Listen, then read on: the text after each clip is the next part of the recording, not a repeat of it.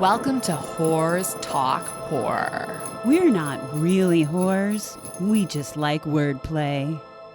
Welcome to Whores Talk Horror. I'm Sharon. I'm Melinda.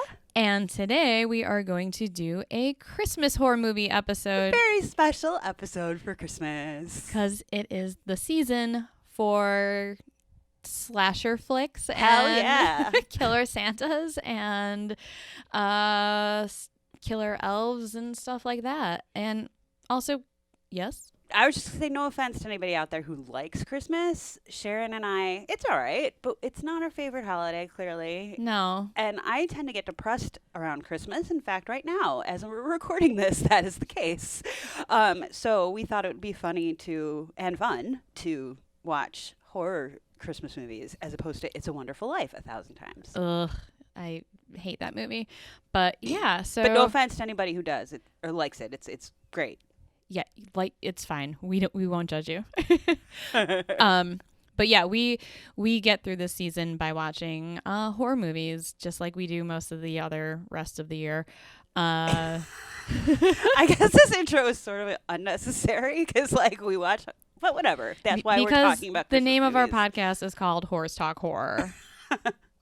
Whatever. Let's talk about sleigh bells ringing. Ha ha ha. Well, we will get to sleigh bells. Oh, there is a sleigh. I forgot about that. Sorry. Oh yeah. Foreshadowing, everybody. That's a movie.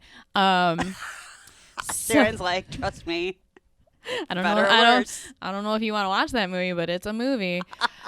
Let's just start with our list. So first on my list is a movie called The Children from 2008.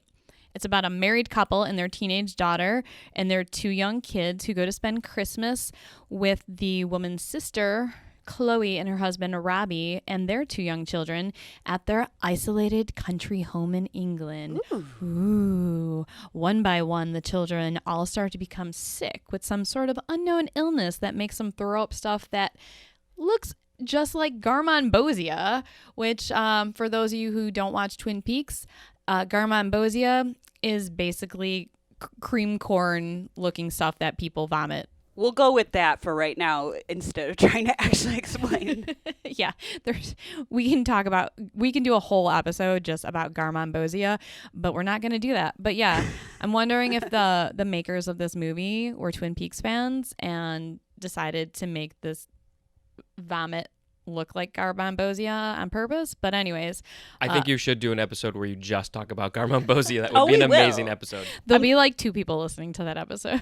I don't think so. Oh. Anyway, sorry, back on track. Anyways, the kids slowly become increasingly ill-behaved, malevolent, and violent. There's lots of gore.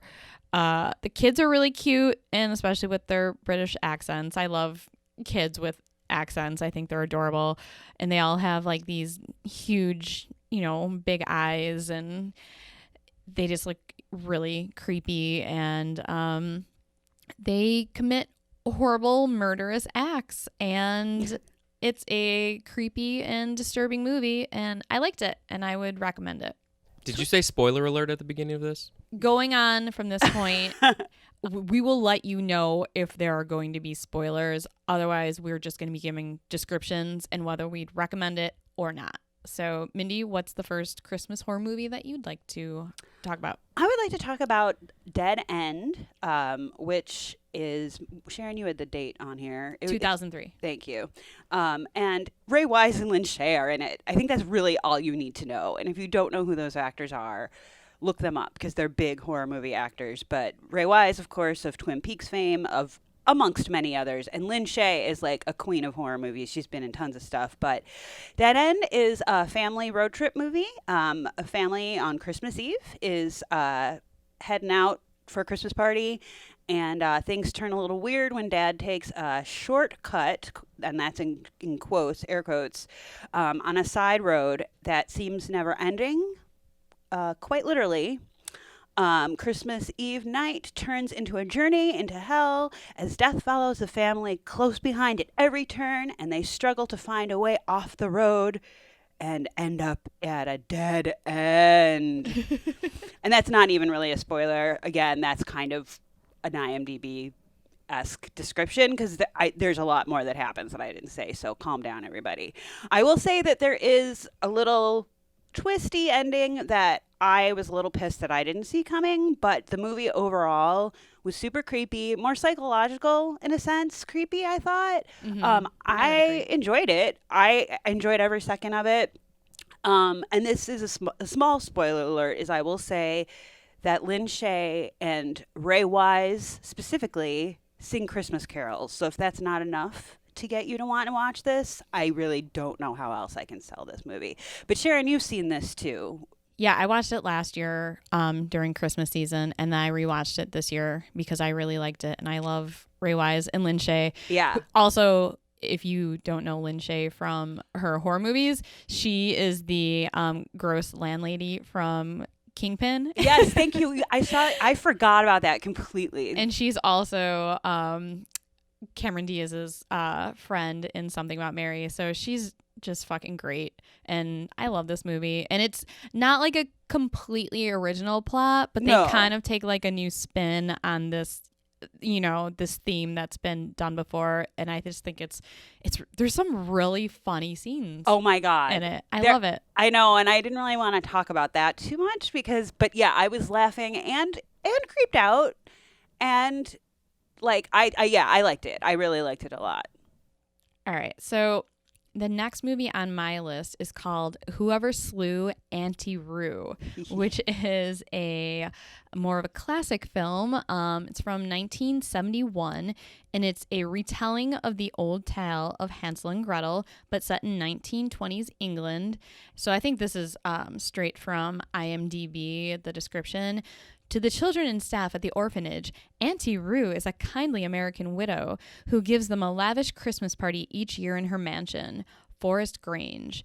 In reality, she's a severely disturbed woman who keeps the mummified remains of her daughter in a nursery in the attic. One Christmas, her eyes fall upon a little girl who reminds her of her daughter, and she imprisons her in her attic. Nobody believes her brother Christopher when he tells them what's happened to his sister, so he goes to rescue her. And that's kind of where the Hansel and Gretel story comes into play.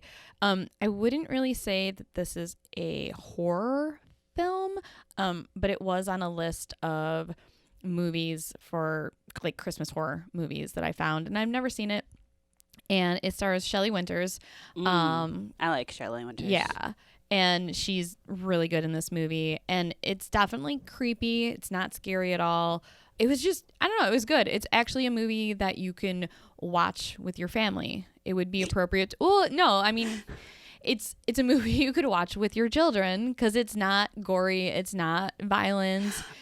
It's not like Black Christmas or anything. Well, I'm just laughing because there's a movie I'm going to get to later that Sharon was like, do not watch this with your mom on Thanksgiving. We'll get to it. Which one was that? We'll get to it. Okay. You have to remind me. There's a lot of movies on this list that you probably should not watch with your mom. Well, you know my mom.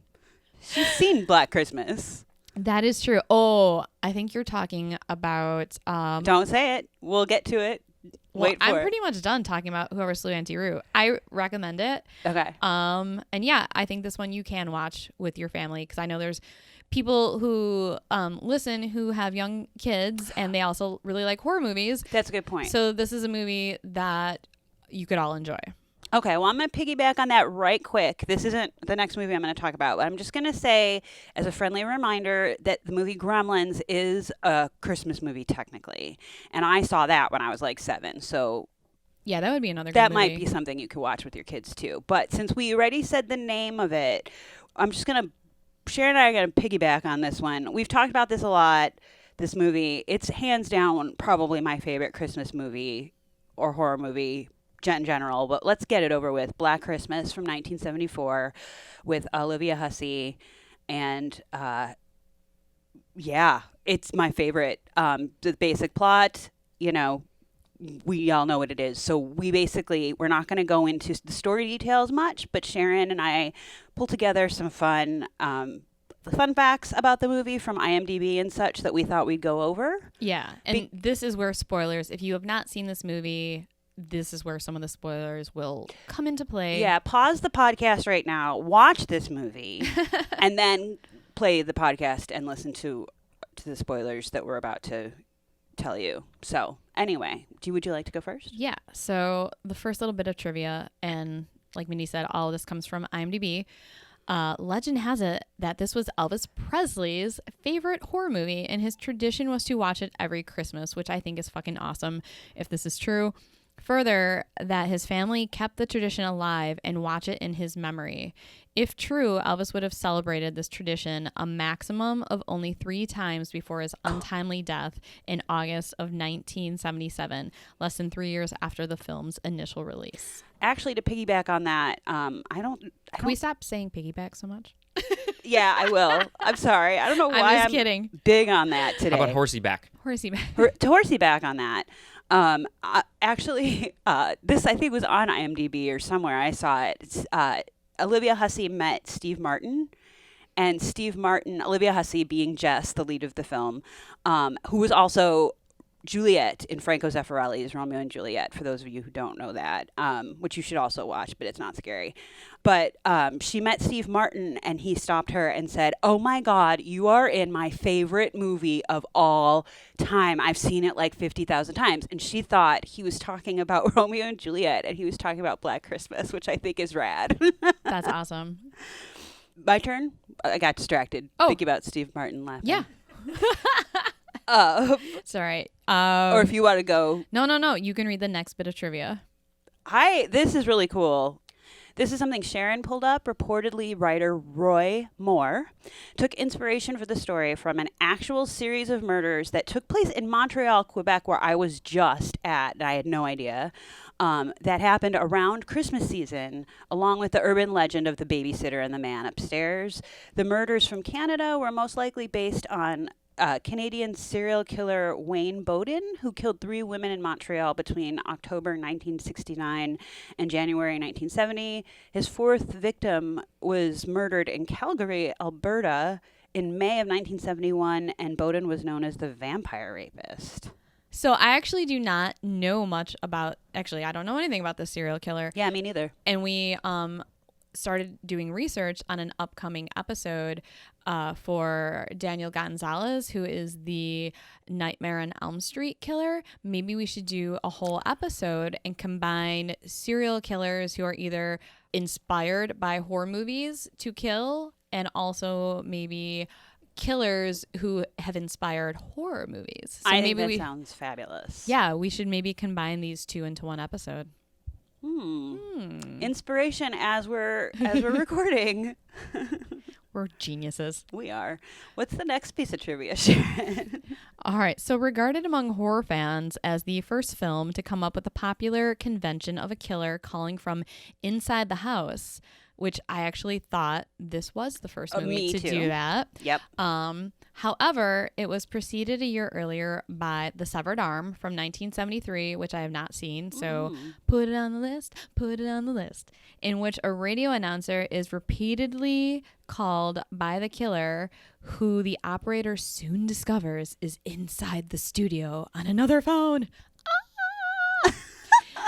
And then by the movie, by the TV movie Mousy. Also, no idea. No clue. Have not seen this, from 1974, which featured star Kirk Douglas terrorizing his ex-wife with calls that the police eventually traced to a room upstairs. Dialogue between the police inspector and his wife is almost identical to the scene between Jess and Sergeant Nash in Black Christmas. Both likely set the precedent for this convention popularized by Black Christmas in 1974. And then I think probably even more famous than Black Christmas is When a Stranger Calls, right? Which I think is from 78. Yeah, or it was 79 slightly after. But those were the 2 movies that I knew of that were super popular with the call. I did not heard of the other ones. I'm kind of interested in the Severed Arm. Not so much Mousy, but yeah. I mean, I don't know. We can see. I'm up for watching pretty much anything. So Another piece of trivia, there is a purpose for the eerie ringing telephone as the closing crawl appears. This indicates that the main heroine will die. However, the heroine's death is left open to personal interpretation by each member of the audience. The ending of the film forces people to think independently. Warner Brothers initially insisted on a more conclusive ending, but Bob Clark was determined to keep it ambiguous. That decision has largely played into the film's current cult status, and I don't know that we've said this already, but if that name Bob Clark at this time of year sounds very familiar, it probably is because you have cable and you've seen A Christmas Story 5 million frickin' times, which he also directed, which I just think is hilarious that he directed that movie and this one. Such different films. I actually really like that he kept the ending of this movie kind of ambiguous, which Me too. kind of goes into our next little piece of trivia. Oh, that's handy. There were several attempts over the years to produce a sequel for the film Halloween. Hold on, those are two different sentences. Pay attention to periods, Sharon. They're in a sentence for a reason. Let's try that again. There are several attempts over the years to produce a sequel for the film, period. Halloween from 1978 was originally conceived by John Carpenter as a sequel to Black Christmas because he was a really big fan of Black Christmas before the project became a standalone film, as we all know it today with Michael Myers. After the failure of the remake, Bob Clark began work on a sequel before he tragically passed away in 2007. And all these attempts, Olivia Hussey and John Saxon were to reprise their roles as Jess and Lieutenant Fuller, respectively. Jess would have become the new house mother of the sorority in Clark's treatment for the film back in 2007. So, as Mindy said earlier, the ambiguous ending of the film indicates that the main heroine died. Since no sequel ever took place, I guess you can still interpret it however you wanted, even though I guess Bob Clark intended her not to die. I kind of always, well, that was my interpretation, I guess, that she wouldn't die. I also, the ending, well, yeah, spoiler alert, the ending makes me crazy a little bit because I love how, like, everyone's so worried about her and then they just, like, leave her. I know. But all right, like 6 people were just murdered in this house. Just take a nap here. We're all gonna go now. Yeah, they're like, you wait with her. The one guy's like, I will until her parents get here, and then they all just leave. But I don't know if we've said this either, but I do know if you watch Halloween, obviously Halloween's known for that opening scene where they're shooting from the killer's point of view, and they do that pretty much throughout all of Black Christmas, which this next point of trivia, Sharon, you pulled up. I don't think I ever noticed this, and I'm going to have to rewatch it now, but I guess if looking closely during a few scenes in the sorority house in Black Christmas, specifically in the dark with the girls, you can occasionally spot a shadow in the background revealing Billy stalking them, Billy the killer. And there wasn't really a Billy. It was mostly the cameraman. Yeah. Which is really funny, I thought, too, that they didn't really have an actor as the killer. Like, we'll get to the voices and stuff later, but I just like that it horsey backs with... I'll stop using that. But with Halloween, in terms of, like, the point of view of the killer, that, for me, is, like, one of the creepiest parts of this movie. Yeah, I think I read... there was, like 50 or more pieces of trivia on IMDb. And yeah, for real. I wasn't going to read them all, but I think that was something that I read, that this was one of the first movies, or at least one of like the first horror slasher movies to use that POV for the killer instead of actually showing him stalking around. But yeah, I never noticed the dark shadows either, and I'm going to watch this on Christmas Day, so I'm going to have to look for that. This is usually like a Christmas Eve, Christmas Day watch for me or something. For sure. So just, I guess I hate using the word piggyback again, but Horseyback, piggyback, whatever. Just to like kind of add to what you were saying about the actual actor of Billy, in order to get, because the cameraman basically played Billy, but the voice was someone else. In order to get the proper creepy and raspy voice for Billy, actor Nick Mancuso had to stand on his head to compress the thorax in his neck, which is like insane. Like, I don't even know how they came up with that idea and as an actor, I'd be like, wait, what? Like, well, they also used a few different because the voices were added in post. It was in the movie when they were filming. It was Bob Clark like reading these lines to them off screen, which just sounds hilarious to me because they look terrified, and I just imagine Bob Clark being like, "You stupid girl," well, like, you know, "You're fucking cunt." They say cunt a lot in that movie. Which I think I did read. This was like one of the more first like mainstream movies to like use that word a lot. So way to go, Bob. That is also awesome about Bob Clark. I'm gonna think about that now. Whenever they say you'll shoot your eye out when I'm watching A Christmas Story, I'll be like, "You'll shoot your eye out, you little cunt." Moving on, but not really. So this was something that I know I've talked about specifically before, but through some critical evaluations of the film, interpreted the subplot with Peter and Jess, Peter being Jess's boyfriend, played by Keir Duwala, a.k.a. Dave from 2001. It's a feminist statement that defended a woman's choice to have an abortion. Bob Clark and Olivia Hussey have dismissed such evaluations and claimed that subplot was politically neutral and not meant to provide any pro-life or pro-choice message. It was simply meant to give the characters something to do and talk about in the film between the murders and the investigations, which I find to be hilarious. That's bullshit. It's total bullshit because even if it is bullshit, or if it's not, actually it doesn't matter because it's still a movie made in the 70s where a woman is actively talking about, I am pregnant and I don't want this baby because I have other plans. Yeah. So regardless, I love you, Olivia Hussey. I know you're still alive, probably not listening to our podcast, but if somehow you are, regardless, you guys made a statement, and that's part of why I love this movie so much. Yeah, I agree. And you could literally choose any topic to just talk about in between scenes. This seems so specific, and exactly. At that in time. 1974, that's not a topic that most people were having in TV or film. So saying that it was just like, meh, it was not a feminist statement. It was just filler. They have a beautiful conversation. She has a beautiful speech, too, where she's like, remember when we first met and you had all these things you wanted to do and I had all these things I want to do. I still want to do those things. Mm-hmm. And like, yeah, I'm calling bullshit on that. But it just adds to the beauty of the movie. And lastly... I was just going to say, and I think you have one more piece of trivia, and then we are going to move on from Black Christmas. Probably forever from the look on Sharon's face, because I love this movie and talk about it a lot.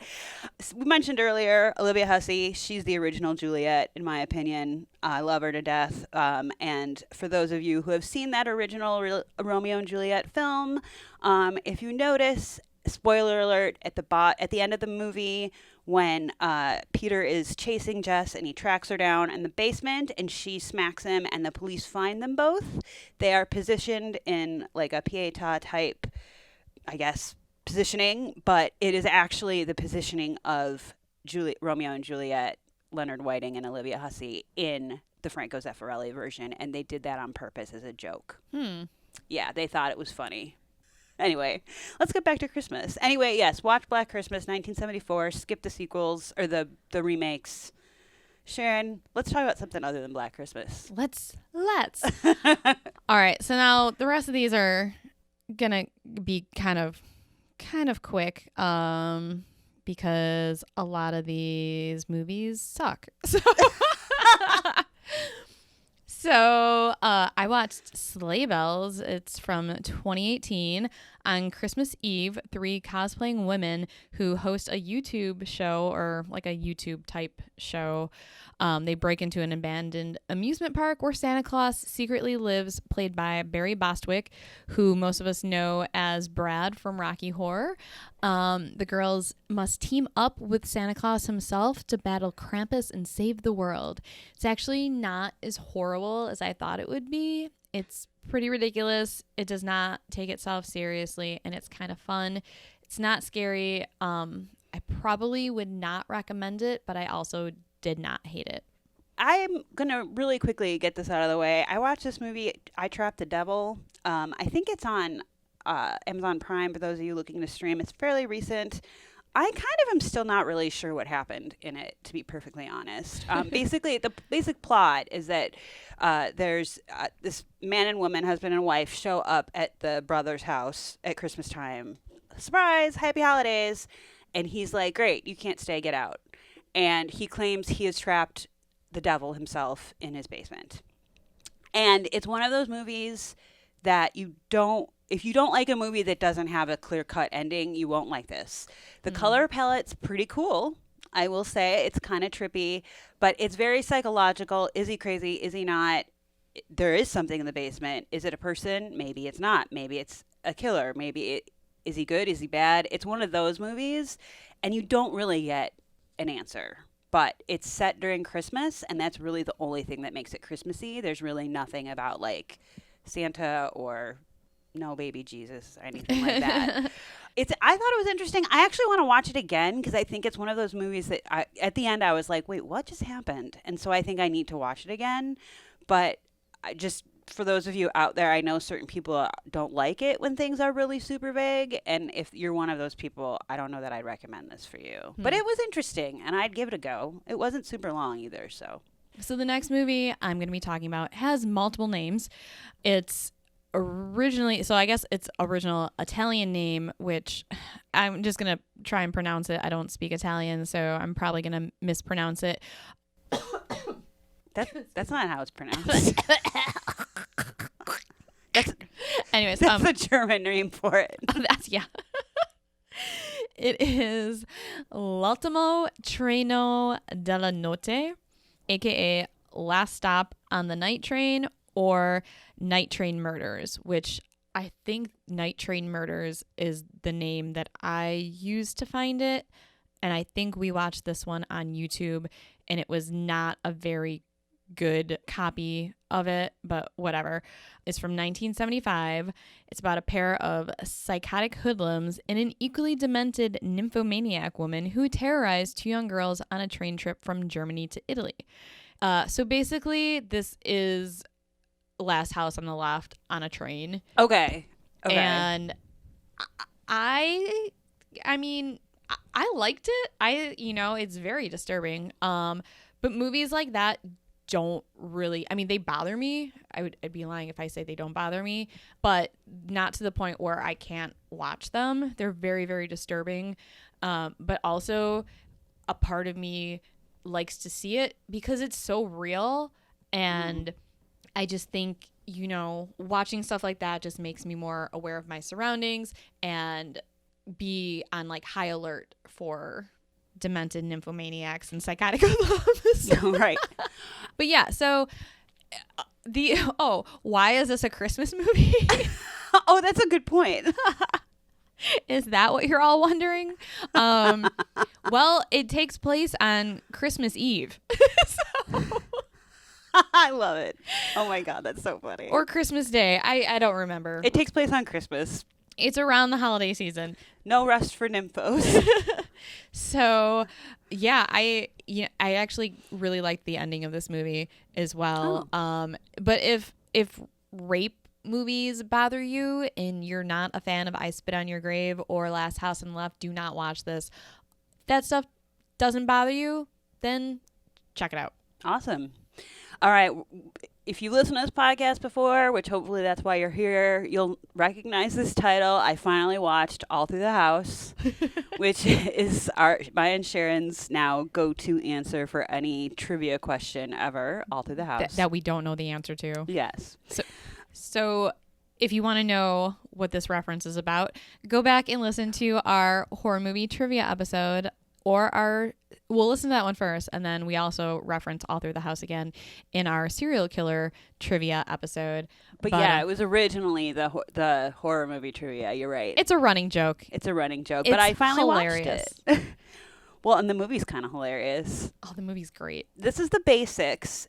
And like, honestly, I really feel like there's no way to fully describe this movie. But the basics is Santa be slayin'. This is, if you're looking for a gore fest, this is one. Especially if you're looking for a penis gore fest, there is a lot of chopping. There's that just heads up. Rachel's home for the holidays, and she's staying with her. I just called her Badass Grandma the whole time. She has a name in the movie, but I just referred to her as Badass Grandma because I loved her. I aspire to be her when I'm that age. For real. She just like drinks and swears, and she's awesome. She's awesome. Yeah, I loved her. She don't give a fuck. No, not at all. And so Rachel, I think it's Christmas Eve, right? I don't even remember. Yeah, I think it's Christmas Eve. Rachel decides to go out shopping and have some holiday fun with some of her friends. And before she does so, she visits the town weirdo Mrs. Garrett, whose entire house looks like an overdone set piece from Twin Peaks, specifically One-Eyed Jack's, which, again, I know another Twin Peaks reference, but whatever, deal with it. At one point, actually, Rachel wears a costume that looks like a One-Eyed Jack's version of the Double R uniform, which I was kind of losing my mind. I thought it was awesome. But without giving too much away, which I kind of already did, there are some really inventive, gory-ass killings. Tons of campy, cheesy bloody fun is had. And a little family dysfunction gets sorted out. Because what would the holidays be without family shit? Oh, and dick snipping. All jokes aside, this movie is off the chain, but I did really enjoy it. It's very gory, but I think it's the fun gore variety. Like, I laughed through a lot of it, and I actually brought my notebook with because I had like real time like reactions that I was writing down as I was watching it, and then I couldn't even read half of my writing because I was laughing as I was writing, so it was just scribbles. Like, I think one of them said, "Aha, crazy bitch hit you with a cookie tin." There you go. But I honestly say, if you're of the gore variety fan, like, watch that. You have to add this to your Christmas list to watch. You have to. I agree. It's great. All through the house. Do it. Bad acting aside, yeah. But that even makes it better, I feel like. Well, the thing I like most about it is just the fact that every Christmas horror movie, well, I should say like 90% of all Christmas horror movies involve a killer Santa Claus. And the motive behind this killer Santa Claus is like nothing that any other Christmas horror movie has ever done before. It's super original. It's super creative. And my favorite put down is go suck a bag of dicks. And there's literally a bag of dicks in this movie. So I mean, I recommend it just because of the bag of dicks. Yeah. Yeah, I would agree. And yeah, when the motive gets revealed, I literally was like, are you fucking kidding? Like, it was, yeah, watch it. All right. So watch it or eat a bag of dicks. All right. So moving on. I actually had to keep looking at the synopsis of this movie because I was like, what is this movie about again? Because it's so forgettable. It's called Holiday Hell. It's from 2019. It is a super low budget movie about a woman looking for a last minute gift for her sister and goes to an oddity store on Christmas Eve owned by a mysterious shopkeeper. He narrates 4 stories that revolve around items in a store, like a creepy mask and a killer doll. The first story is the worst of the 4. The acting, the violence, the plot of it, the dialogue, and the cinematography all look like it was written by high school kids who were just like bored one night and had nothing to do, and they were like, let's just shoot a movie in our parents' house. The only story that I kind of liked was one that had Joel Murray in it, who's Bill Murray's younger brother, and this is only because of the fact that the storyline wasn't horrible and the actors in it could actually act. But Jeffrey Combs plays the shopkeeper, and he's probably best known for portraying Herbert West in the film Reanimator. The film actually had some potential, but it falls way short with the bad storylines and even worse acting. So do not recommend this one. Mindy? I found this movie. I was actually looking for Silent Night, Deadly Night, but I found Silent Night, Bloody Night from 1972. The way they would film in those days, it's one of those older ass horror movies that has that airbrushed look of the 70s, early 80s. And like throughout the entire movie, I was like, are my glasses smudged? Like, it was literally hard to like see what was happening. But I sat through it. The storyline, here's what IMDb has to say about it. Wilford Butler returns home on Christmas Eve, and his house has been turned into a mental institution for the criminally insane. But the day of his return, he is set on fire and dies. Sorry to laugh about that, but it's true. The townspeople believe his death was an accident, and the institution house is later closed down. Wilford leaves the house to his grandson, Jeffrey. A few years later, Jeffrey finally decides to sell his grandfather's house, but the townspeople, including the mayor, have mixed feelings on keeping people away from the house, especially when a serial killer escapes from another institution and finds refuge there. The killer makes frightening phone calls and kills anyone coming near the house. But what does the killer have in common with what happened to Wilford Butler years before? This was just like a big what the fuck. Like, honestly, the way, like, that does sum up basically what happened, but like throughout the whole movie I just kept going, wait, what the fuck is happening? Because it just kind of made no sense, but was kind of fun. So if you like that like 70s vibe, smudgy, airbrushed look, maybe check it out. If you want to go to bed scared, maybe not, because I didn't think it was very scary, but it was kind of weird and interesting, you know. But I still want to see Silent Night, Deadly Night. I'm a little sad. Silent Night. I know I watched like all the Silent Night, Bloody Night, Silent Night, whatever. Yeah. Last year, and yeah, they all kind of blur into my mind. Especially because we watched like multiple within like a week of like sequels there's, like, and similar names. True story. All right, so the next movie I'm going to talk about, I highly, highly, highly recommend this movie, and it's the best movie that I've never fucking heard of before. I don't know how I missed this, but it's Anna and the Apocalypse. It is basically Shaun of the Dead meets High School Musical. It is a zombie apocalypse musical that takes place in Scotland. Whoa. It doesn't take itself seriously. The music's really catchy and it's good.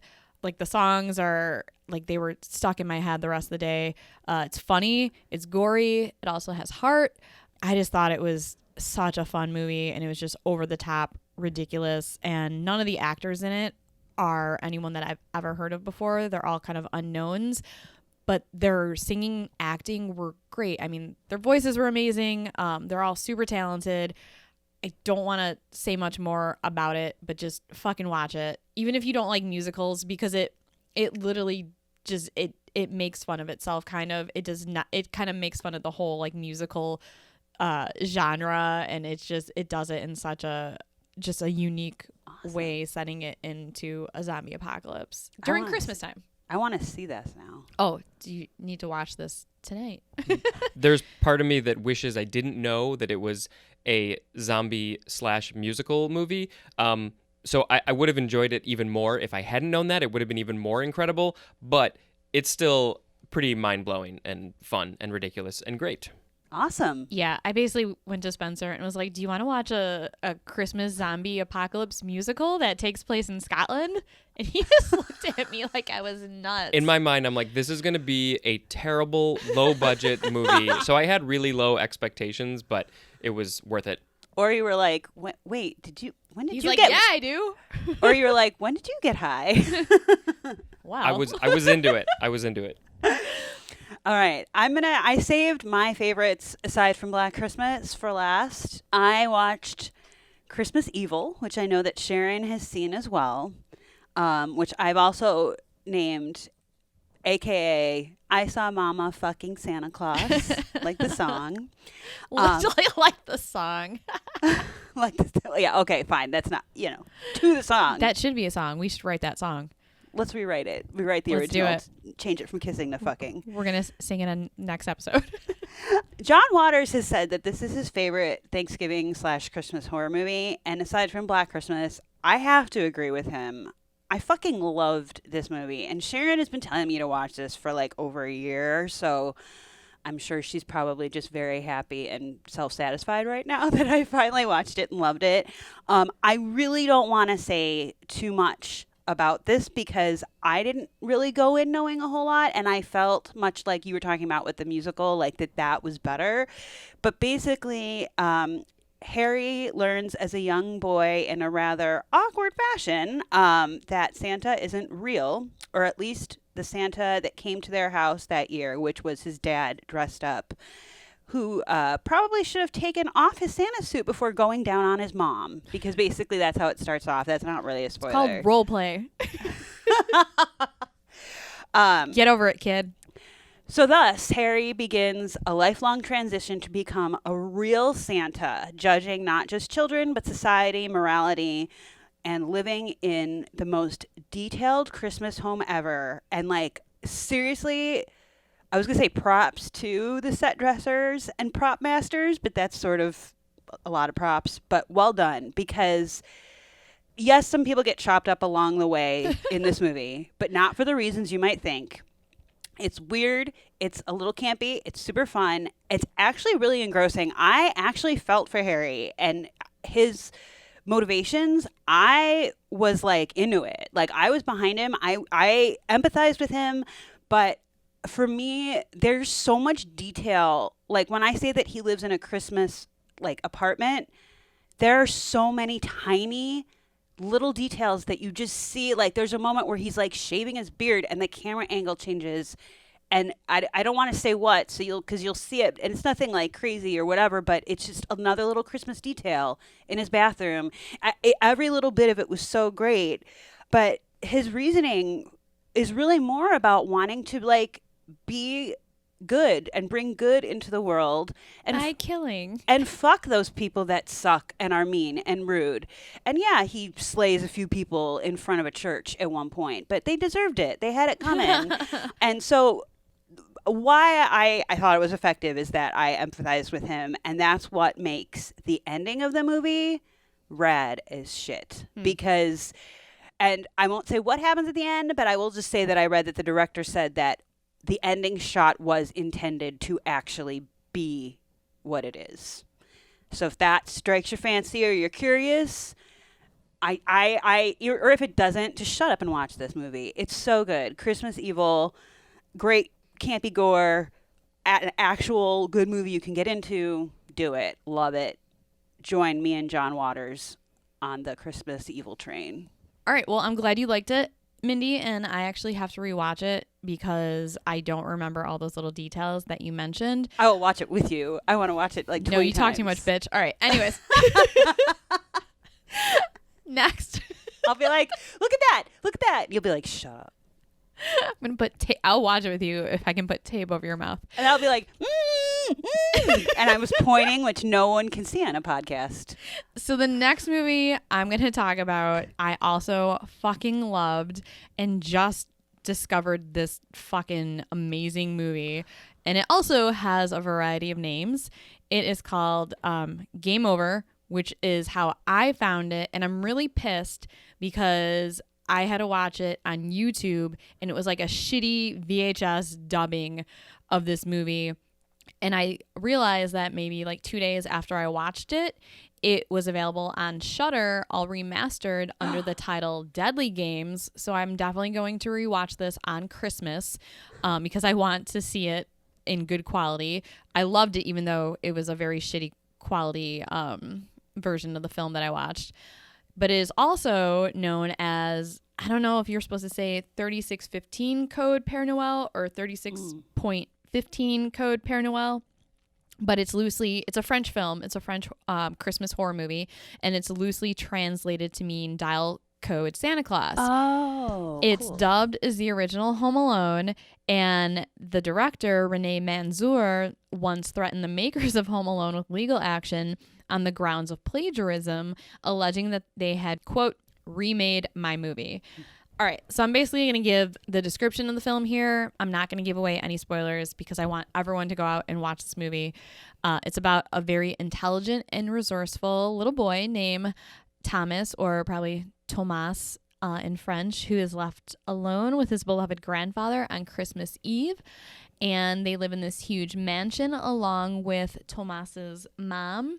His mom fires a Santa that she hired to work at one of her department stores that she owns because these people are rich. And the psychotic Santa decides to break into the mansion and hunt down Thomas and his grandpa. Thomas uses booby traps and 90s technology to do whatever he can to save himself and his granddad. And the technology in the film is actually really dated. Aww. But It's a great throwback, and I'm sure at the time it was really impressive, and anyone that grew up in the 90s would probably really appreciate it. The movie is basically just kind of fucking nuts from the get-go. The little boy is kind of like a little mini Rambo, and he's actually a really, really good actor, and he has a badass mullet. The set production is also like really well done and completely over the top. It's beautifully shot. It's fun. There's good action. There's some tension.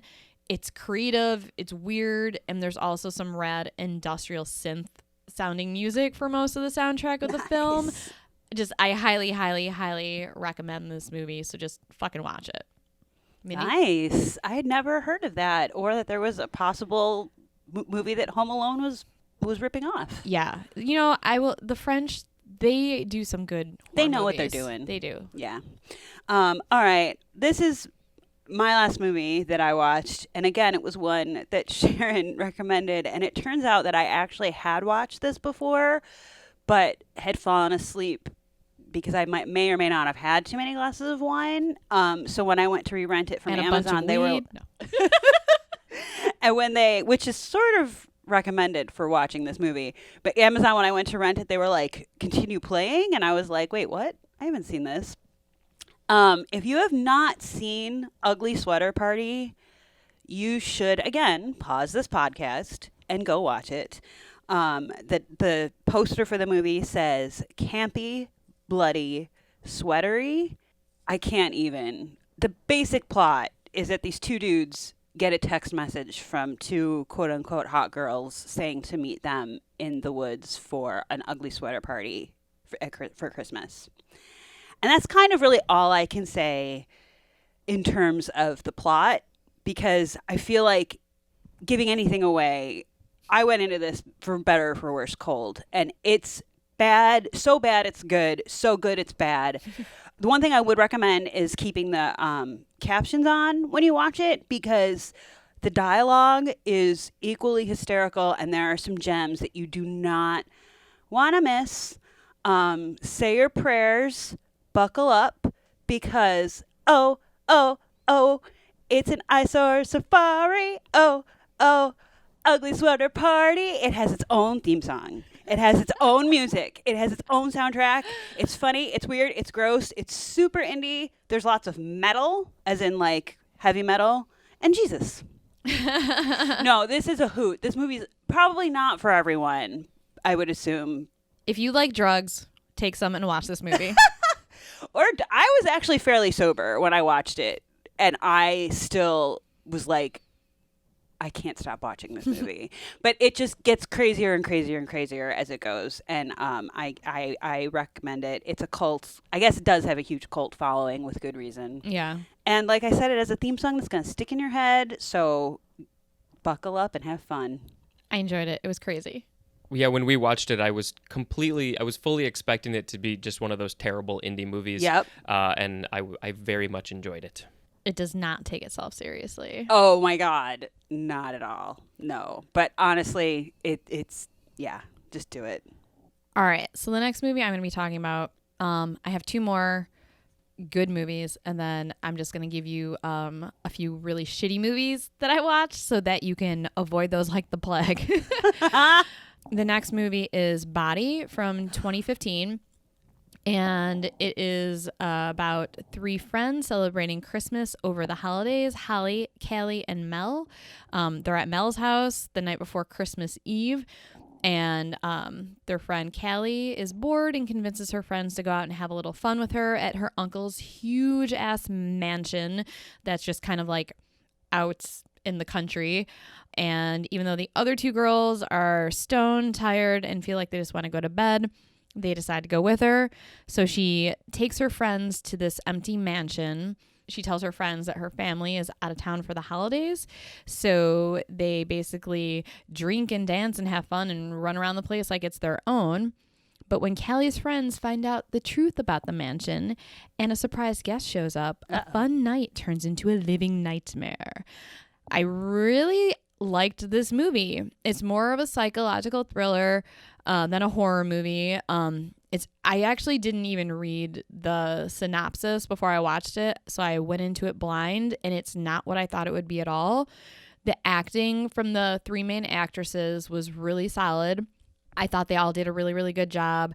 The dialogue was believable. It kind of reminded me of like, hanging out with my friends, like the kind of bullshit that we say. And it basically asked the question of what would the average person do if all of a sudden they found themselves in this intense life-altering situation. I think I have seen this. I had just forgotten about it, but I want to watch it again now. Okay. Because no spoilers, because no, I'm not going to say anything. I think most people need to go into this blind.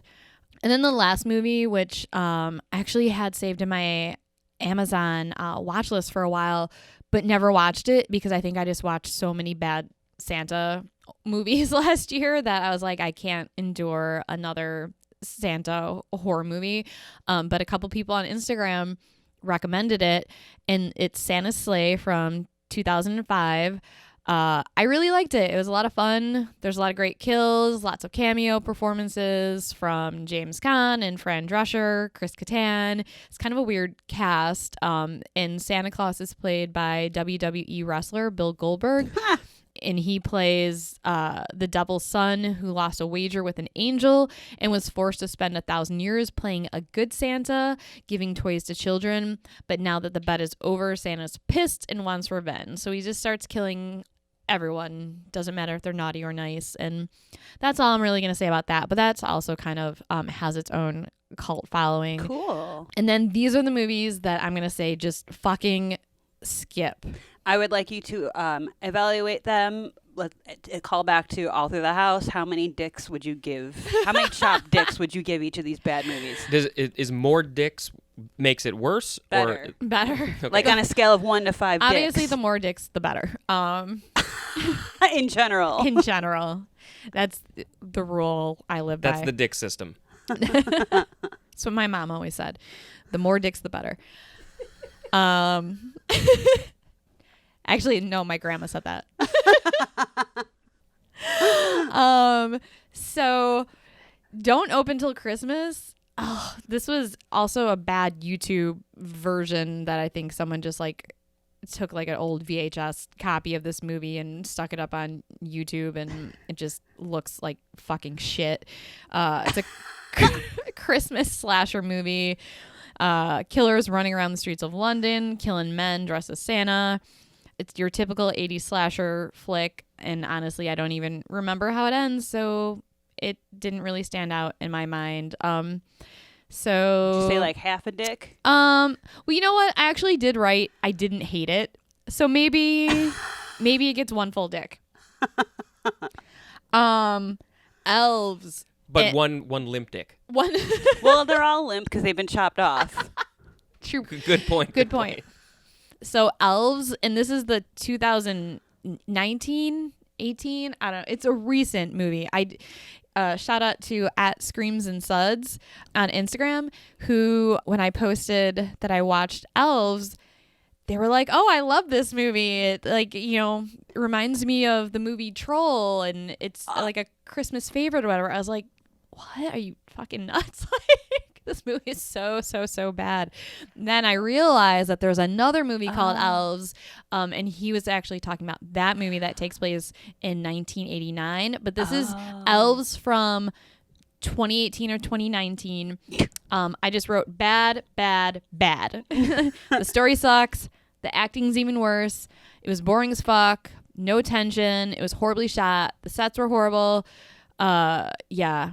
But it sounds like we have to check out the earlier version. Yeah, well, because I was hoping that the film would be a good bad, like Ginger Dead Man or Jack Frost, but this was just like bad. Apparently the other one, I think, is more along those lines. So I will watch the 1989 version.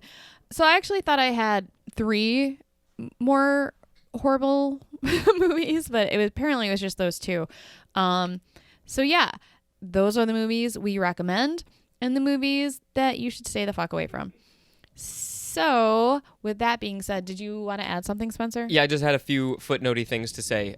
So for Don't Open Till Christmas, I'm looking at the photos on IMDb, and one of them is looks like the VHS cover, and it says, "Warning, contains explicit scenes of terror from the makers of Friday the 13th." I couldn't figure out who was connected to Friday the 13th. I looked at the directors and the writers and the producers, and I did a quick pass. I'll look again, but I didn't see. I don't know who the hell was connected to Friday the 13th. So that was one thing.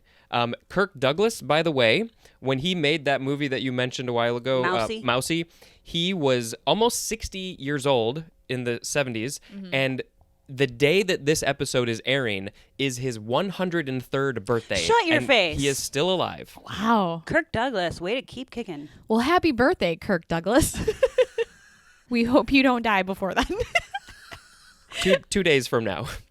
All right, well, that wraps up our Christmas horror movie episode. If you have your own recommendations of Christmas horror movies, please send those to us so that we can watch them. If you disagree with our comments about some of these movies, we don't give a fuck. Or you want to defend some of these movies we didn't like. If you want to defend Elves from 2018, or you want to defend Sleigh Bells, bring it. I want a 1,000-word dissertation why those movies are good.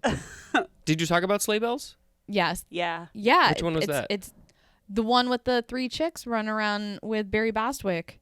Oh. Which when you said that, my jaw fell on the floor. Yeah. See, it was that memorable. Well, just Barry Bostwick, and I went, what? In my head. Anyway, that was, yeah. Anyways, yeah, so please write us your Christmas horror movie suggestions or movies that we should also stay away from. And if you have any horror stories, scary stories, creepy stories, please send those to us so we can read them on our show. And if they're Christmas related too, that would be cool. Yeah, if you have any Christmas horror stories, please send us those. But send them soon because this month is almost over. And I think that's about it, yeah? Yeah, I think that is about it.